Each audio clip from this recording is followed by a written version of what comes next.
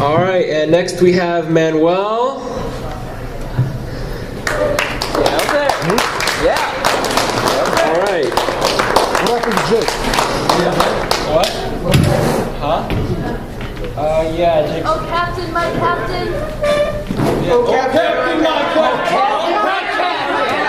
Captain. Yeah. Oh my God. I want to disappoint all of you. Can somebody take care of the camera? I will. All right, I feel very honored. So first I'd like to continue what Jeff Flatbed was doing. Harold Norris, one of the most underrated poets of the beats. He's a man that was praised by Allen Ginsberg, Lawrence Ferlinghetti, Charles Bukowski. So I'm going to read a couple poems and then finish off with Henry Miller. So, this is a poem called Bastard Angel. If those of you who is interested in this man, Harold Norris, there's a memoir of Bastard Angel that I gave to a friend of mine. Bastard Angel. For playing a cubist guitar with lavender strings, for needing you. For sniffing paradise cottons, for eating you.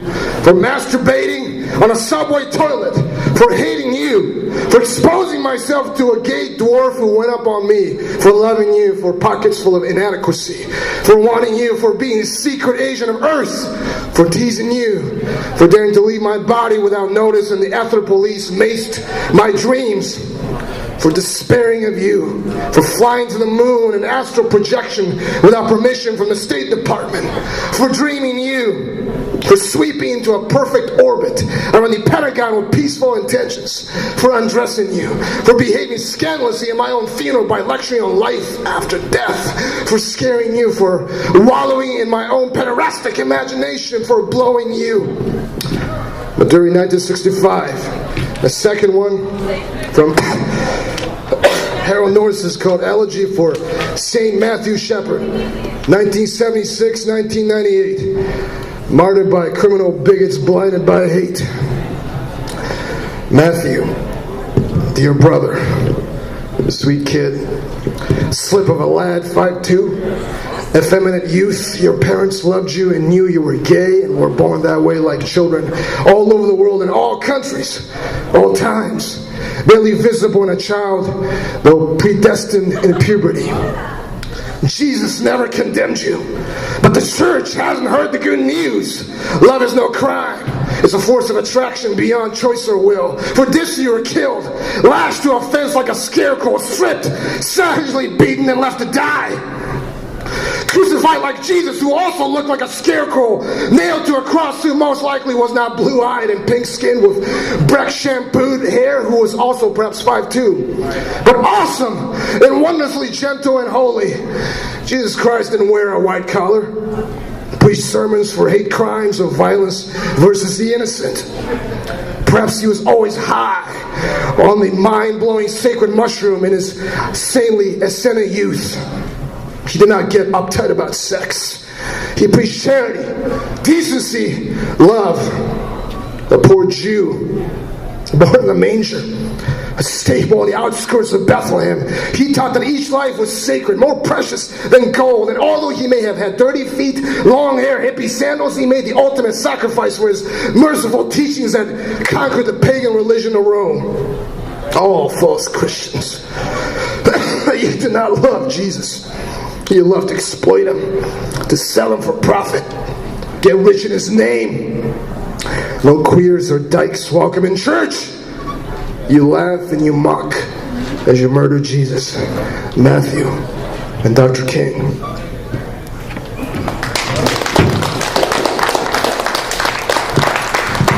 When I first encountered Henry Miller, it was in high school. I was 14 years old. And Henry Rollins, the guy who sang once for Black Flag, hardcore band, who's got a show, I believe, on the Independent Film Channel right now. He came to our school before he became famous and read a couple of works that really left an imprint, changed my life. And this is in honor of two Henrys, Rollins and Miller. And this is a passage that you read from Black Spring, one of Rollins' favorite book. This is part of that trilogy. In a way, I started off this whole semester reading Tropic of Cancer, then I went to Capricorn, and this is the third book that Miller wrote in Paris, Down and Out. just like Ora was and where Oro met him before he went to Spain. This is the city, and this the music. Out of the little black boxes, an unending river of romance in which the crocodiles weep. All walking toward the mountaintop, all in step. From the powerhouse above God floods the sea with music.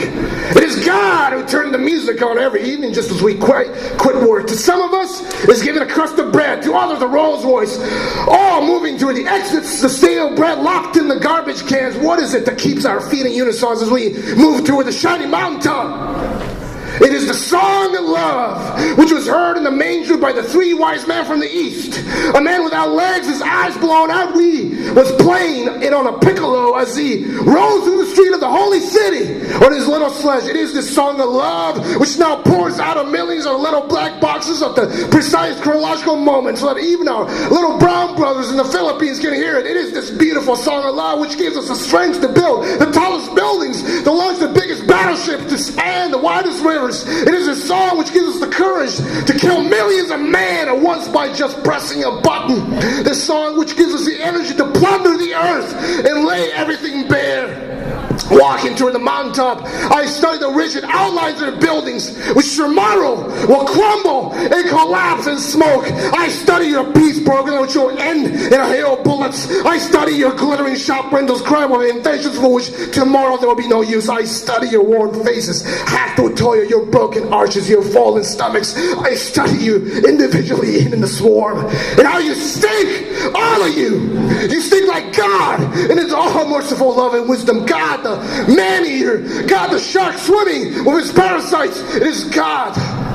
Let us not forget who turns the radio on each evening. It is God who floods our eyes with shining and brimming light. Soon we'll be with him, folded in his bosom, gather up in bliss and eternity, even with the word equal before the law. This is coming about through love, a love so great that beside it the mightiest dynamo is but a mosquito buzzing.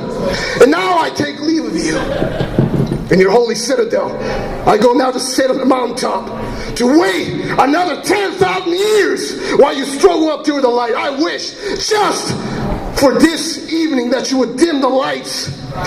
Just for this evening that you would dim the lights, that you would muffle the loudspeakers. This evening I'd like to meditate a bit in peace and quiet. I'd like to forget for a little while that you are swarming around in your 5 and 10 cent honeycomb. Tomorrow may bring about the destruction of your world. Tomorrow you may sing in paradise about the smoke and ruins of your world cities. But tonight, I would like to think of one man, a lone individual, a man without name or country. A man whom I respect because he has absolutely nothing in common with you. Myself. Tonight, I shall meditate upon that which I am.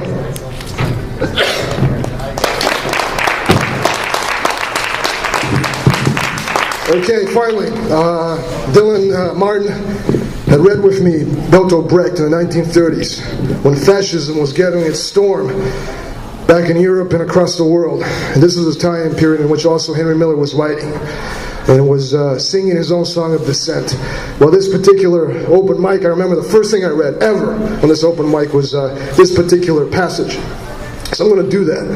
This is 1934, and this is dedicated to, well, to you.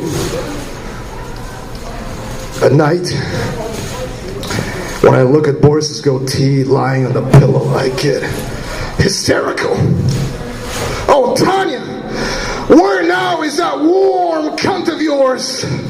Those fat, heavy garters, those soft, bulging sides. There is a bone in my prick, 6 inches long. I'll ream out every wrinkle in your cunt, Tanya. Because feet, I will send you home to your Sylvester with an ache in your belly and your womb turned inside out.